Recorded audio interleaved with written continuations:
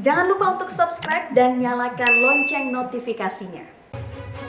Pemirsa, Mahkamah Agung mengeluarkan Peraturan Mahkamah Agung Nomor 1 Tahun 2020 tentang pedoman pemidanaan terkait Pasal 2 dan Pasal 3 Undang-Undang Tindak Pidana Korupsi. Dalam perma tersebut diatur cukup jelas jenjang atau bobot kategorisasi hukuman. Yang paling berat adalah bila jumlah kerugian negara 100 miliar lebih diganjar hukuman penjara seumur hidup. Apa latar belakang Mahkamah Agung mengeluarkan perma tersebut? Apakah tepat perma tersebut dikeluarkan? Saya akan membahasnya bersama dengan Kepala Biro Hukum dan Humas Mahkamah Agung Abdullah dan pengamat hukum Asep Iwan Iriawan langsung melalui sambungan Skype dan Zoom. Selamat pagi Pak Abdullah dan Kang Asep. Selamat pagi Pak Abdullah, selamat pagi Mbak Vera. Ya, saya ingin ke Pak Abdullah terlebih dahulu. Sebetulnya apa urgensi yang menjadi pertimbangan Mahkamah Agung sehingga menerbitkan Perma Nomor 1 Tahun 2020 ini? Ya. Perma 1 2020 itu prosesnya sangat panjang karena merespon masukan berbagai unsur masyarakat. Karena selama ini semua perkara yang dalam tindak pidana korupsi diputus oleh hakim meskipun surat dakwaannya, pasal dakwaannya itu sama, tetap diputus oleh majelis hakim yang berbeda, itu terjadi disparitas. Sehingga ini menimbulkan pertanyaan dari masyarakat, mengapa pasalnya sama, barang buktinya sama, tindak pidananya sama, unsur yang terbukti juga sama, sedangkan sanksinya berbeda. Sehingga itulah dikeluarkan perma itu. Pak Abdullah, selain disparitas, adakah pertimbangan lain yang menguatkan Mahkamah Agung untuk membuat perma ini? Hanya pertimbangan lain sebenarnya sifatnya praktis saja karena undang-undang hanya memberikan batasan minimal dan maksimal. Sementara untuk rate-nya ini tidak ada, sehingga majelis hakim pemeriksa perkara tindak pidana korupsi tidak ada pedoman yang baku, sehingga putusan itu bisa tidak ada disparitas antara satu dengan yang lain begitu. Baik, dengan kata lain bahwa perma ini bisa menjadi pedoman bagi para hakim agar menghindari disparitas. Apakah ini memang satu-satunya solusi untuk menghindari disparitas sehingga dibuatkan perma?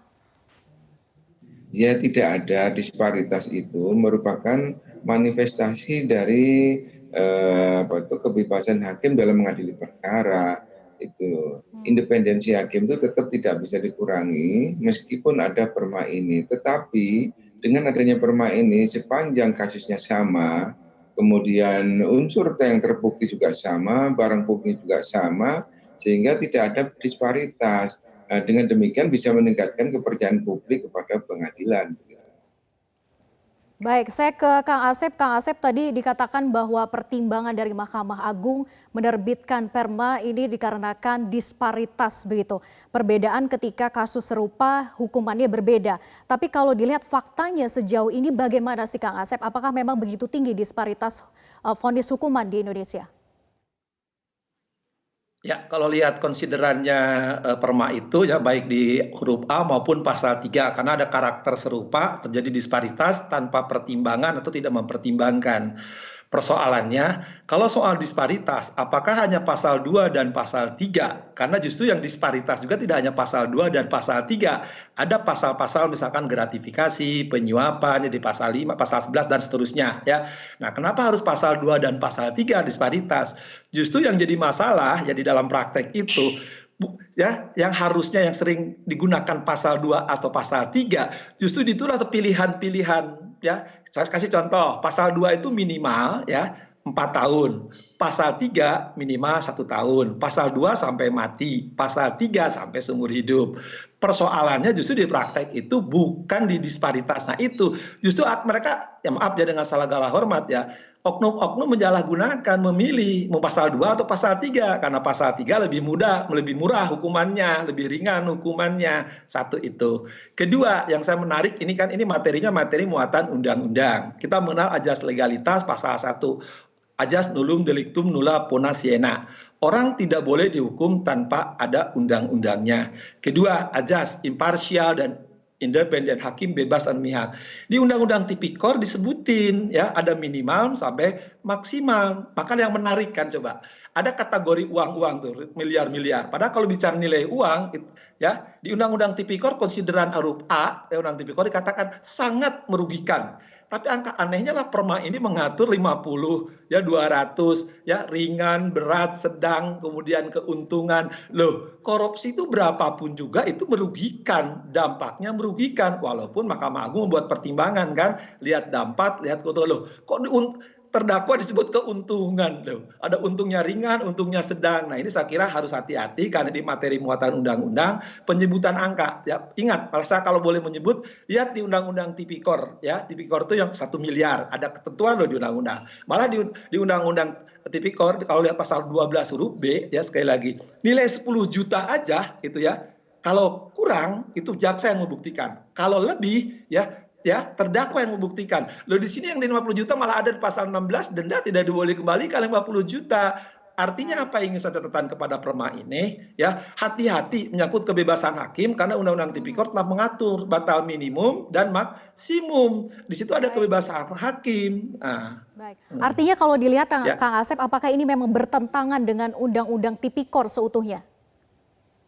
Kalau saya katakan ke asas ya karena ini materi muatan undang-undang harusnya diatur materi muatan undang-undang. Ya satu itu. Kedua, kalau hukuman itu bicara keadilan karena putusan hakim demi keadilan. Keadilan jangan hitungannya uang gitu kan. Nah, kalau hitungan uang hitungan tadi kategori dari mulai paling ringan, paling sedang dihitung dengan uang itu berbahaya gitu kan. Karena kasuistis tiap perkara. Saya kasih contoh nih sebelum lupa ya. Saya kasih contoh.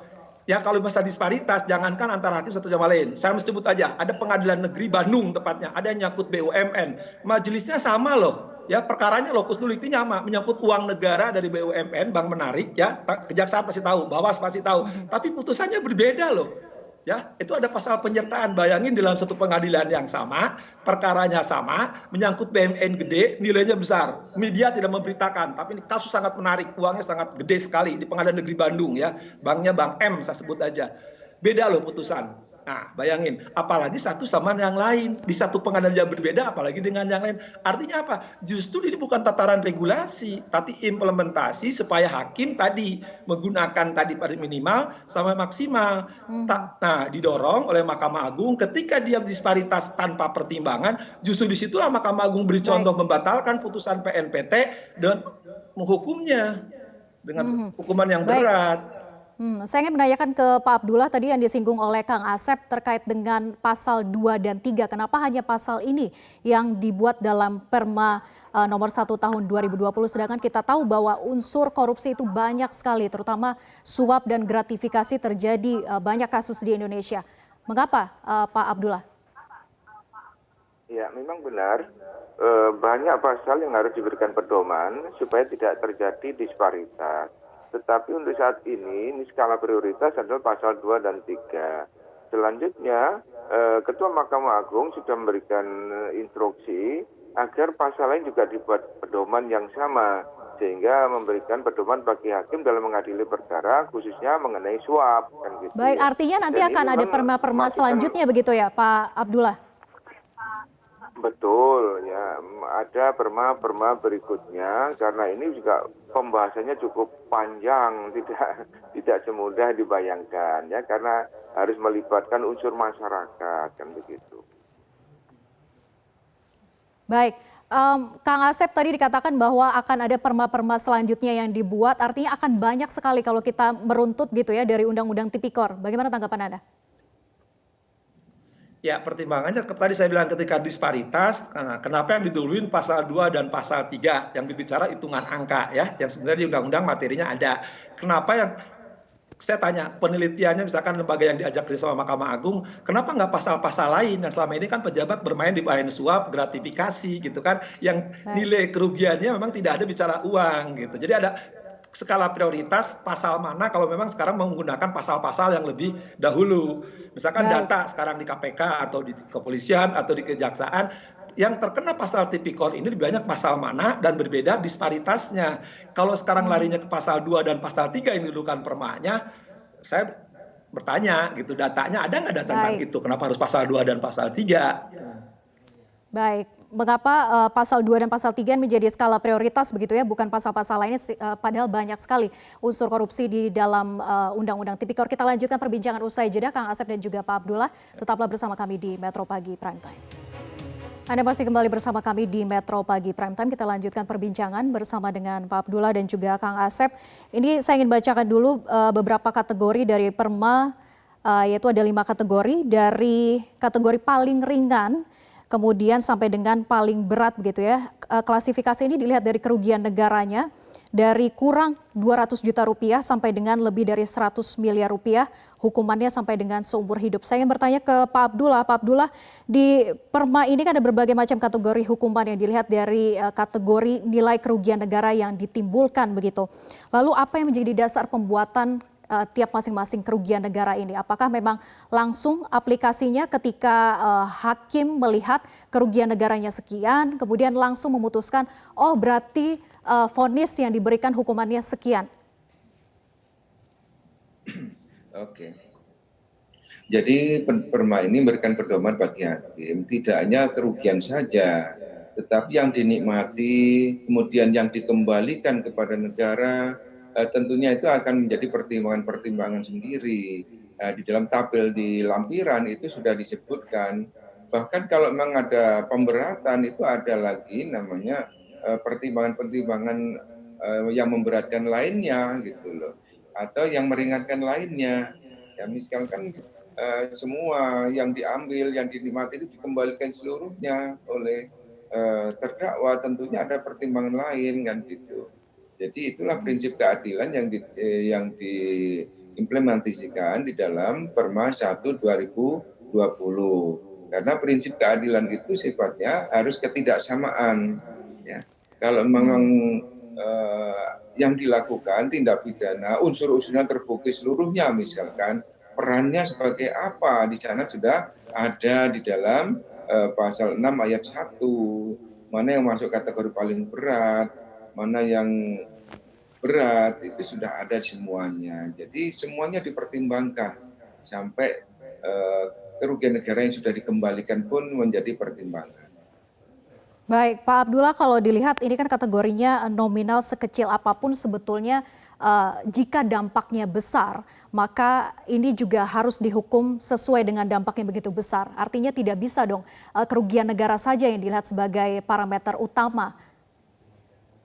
Iya, itu sudah ada di lampiran di halaman 26 itu sudah diberikan ruang untuk memberikan pertimbangan.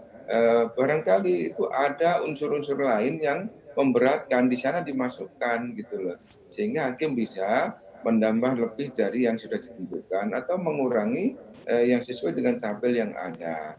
Jadi masih diberikan ruang gerak di sana. Jadi baik, tidak artinya masih ada variabel lain yang menjadi landasan dari hakim untuk memutuskan ataupun mengadili terdakwa begitu? Uangnya sedikit misalkan. Tetapi kalau dampaknya luas seperti di era COVID semacam ini, seharusnya kan tidak melakukan tindak pidana. Nah, sementara kalau melakukan tindak pidana, ya ada pertimbangan tersendiri yang dimasukkan nanti. Nah, semuanya independensi hakim itulah yang akan menunjukkan berapa lamanya hukuman yang mau dijatuhkan. Baik, saya ke Kang Asep. Kang Asep menanggapi kategori hukuman berdasarkan nilai kerugian negara. Tadi kategorinya mulai dari paling ringan gitu ya, kurang dari 200 juta rupiah, sampai yang paling berat ini lebih dari 100 miliar rupiah hingga hukuman seumur hidup. Kalau melihat dari kategori ini, apakah memang sesuai dan bisa menjadi pedoman bagi hakim untuk memidanakan terdakwa ketika melihat parameternya dilihat dari kategori kerugian negaranya terlebih dahulu? Ya, sekali lagi tadi kan di konsideran undang-undang korupsi itu sangat merugikan, menggunakan kata sangat. Berapapun kalau korupsi itu adalah perbuatan serius, tindak pidana serius, kejahatan luar biasa, penanganannya luar biasa. Justru yang menarik saya justru ketika di Perma pasal 6 ayat 1, pasal 6 ayat 2 dan di pasal-pasal lain ya di lampiran dikategorikan ya. Kalau misalkan dari paling ringan sampai paling berat. Yang lucu tadi kan ada yang paling ringan 200 juta gitu kan. Bayangin kalau sekarang 200 juta dalam keadaan lagi Covid gini banyak orang menyalahgunakan dari atas sampai bawah dan dijumlahkan banyak.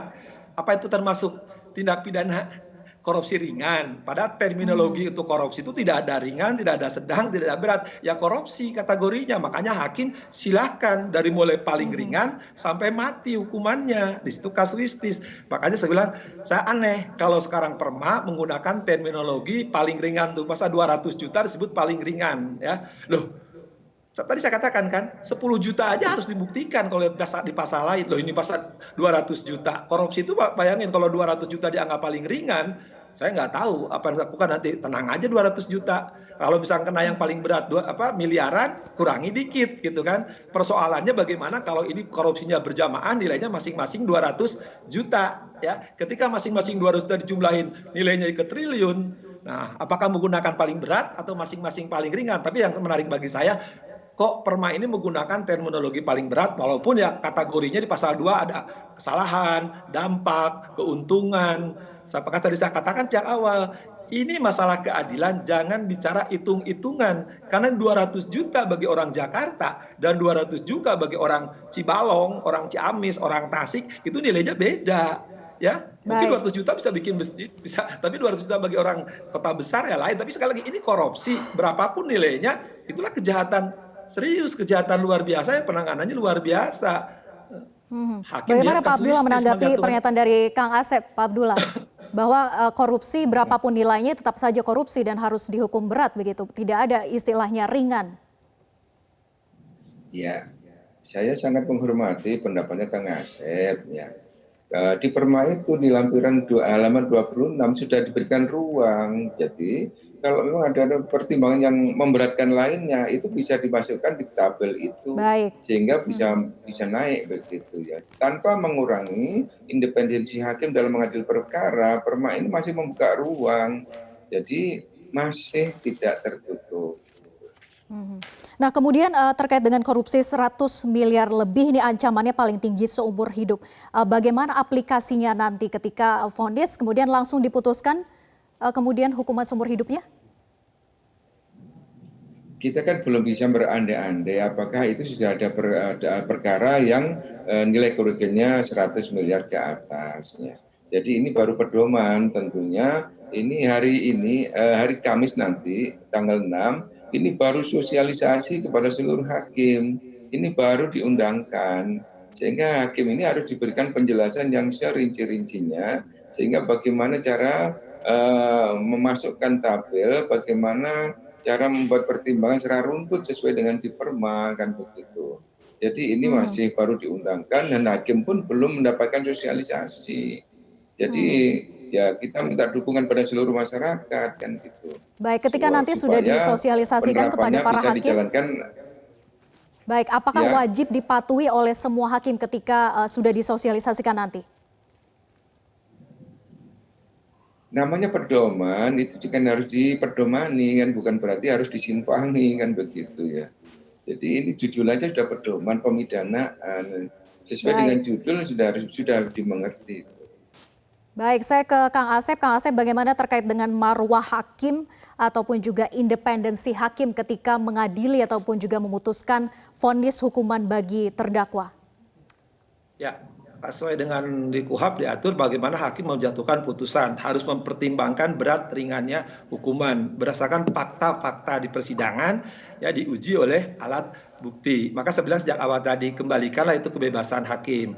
Kalau sekarang Mahkamah Agung memberi pedoman tapi masih membuka ruang, persoalannya nanti ketika hakim keluar ya kebebasannya dan keluar dari itu. Saya kasih contoh misalkan jakut kerugian negara, nomenklaturnya untuk bangun jalan ya, tapi karena jalan sudah ada, orang itu menggunakan untuk bangun peribadatan. Negara dirugikan dengan penggunaan. Tapi secara hukum ya itu ada perbuatan melawan hukum. Ya. Nah, apakah hakim harus terikat oleh aturan itu karena nilainya tadi misalkan buat jalan itu sekian ratus miliar. Nah, disitulah yang akan menarik nanti karena disitu kan nggak diatur ya ketika negara rugi hanya penggunaan anggaran harusnya A tapi untuk B ya malah yang untuk B ini orangnya nombok. Makanya hakim dalam praktek akhirnya jatuh dihukum percobaan. Nah, saya khawatir ketika kebebasan hakim melihat perbuatan tidak harus menghukum berat, tapi ada yang meringankan tadi karena kasusnya misalkan kasus tadi, saya khawatir di situ kebebasan, wah ini kerugian negara sekian, saya harus hukum sekian karena checklistnya mengatakan demikian.